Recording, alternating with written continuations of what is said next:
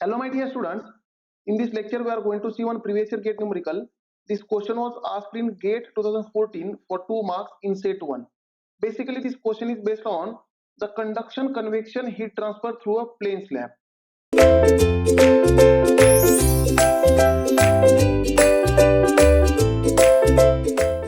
So let us understand the question. The question is, consider one-dimensional steady-state heat conduction across a wall as shown in figure below. Now here they have mentioned it is a one-dimensional, 1D means heat is flowing along x direction only, steady state. That means the temperature is not a function of time. That means at particular location the temperature will be always constant with respect to time. Then heat transfer across a wall as shown in figure below. The thickness 30 mm and thermal conductivity 15 watt per meter Kelvin. Now here this thickness of this slab, right? Let us say the thickness of slab, which is B, is given 30 mm. Therefore I can write is equal to 0.03 meter in terms of meter, and thermal conductivity of slab K is given 15 watt per meter Kelvin. They have provided in the question these data, right? Then at x is equal to 0 means it is a left face of the wall, right? A constant heat flux Q double dash 1 into 10 to the power 5 watt per meter square is applied. Now here heat flux is applied, and my dear students, this applied heat flux is nothing but heat transfer per unit area, which is nothing but heat flux. It is given 10 to the power 5 watt per meter square. Then on the other side of wall, heat is removed from the wall by convection with a fluid at 25 degrees Celsius. Now here the fluid is given at 25 degrees Celsius, and from between T2 to T infinity, at between T2 to T infinity, that is fluid temperature, there will be a convection heat transfer they have mentioned, right? And heat transfer coefficient of 250 watt per meter square Kelvin. Now this value is a EH value, convective heat transfer coefficient. From the unit we can say it is 250 watt per meter square Kelvin. Watt per meter square Kelvin is a unit of convective transfer coefficient EH, right? The temperature in degrees Celsius at x is equal to 0 is, means at x is equal to 0 temperature is given T1, and this temperature T1 we have to find in degrees Celsius. So my dear students, if I put all temperatures in degrees Celsius, I will get T1 in degrees Celsius, right? Now my dear students, here through the first slab, that is this, through the slab there will be a conduction, and between slab and surrounding fluid there will be a convection.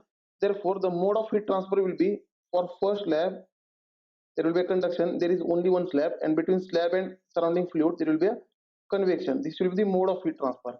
Now for this conduction, this slab will offer some resistance R1, and for convection the slab and the surrounding fluid will offer resistance R2, right? And we know that the conduction resistance is nothing but conduction resistance, which is R1, is nothing but B divided by K, that already we have studied, and the convection resistance, which is written here R2, is nothing but 1 upon HA, that we have already prepared, right? Now where B is the thickness of slab, that is X, K is the thermal conductivity of slab, A is the area perpendicular to the direction of heat flow.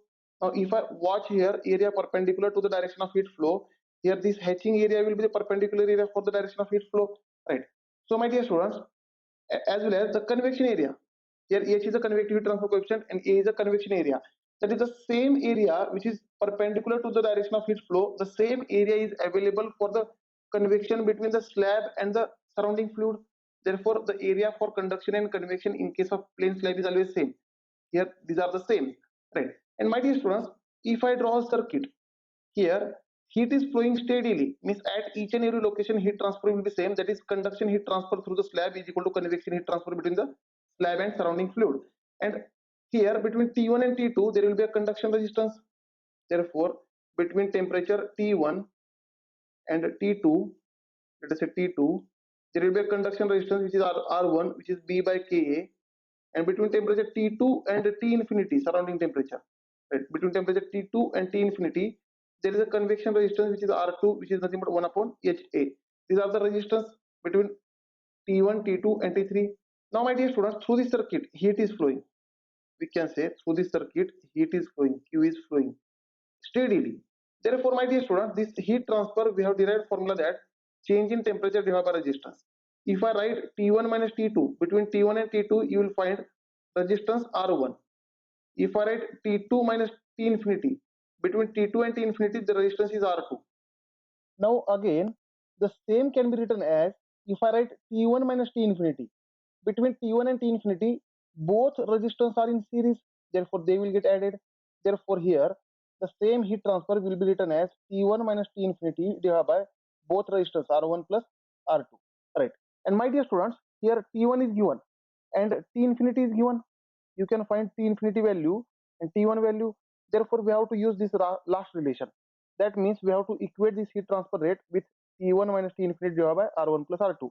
So let us write down. Hence, if I equate Q is equal to T1 minus T infinity divided by R1 plus R2.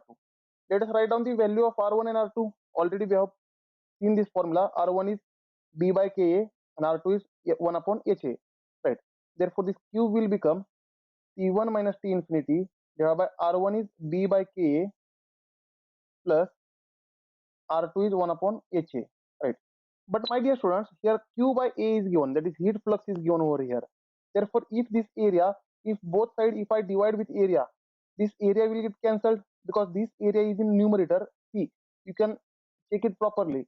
If I take area from the denominator common, then this denominator of denominator will go to the numerator. Right.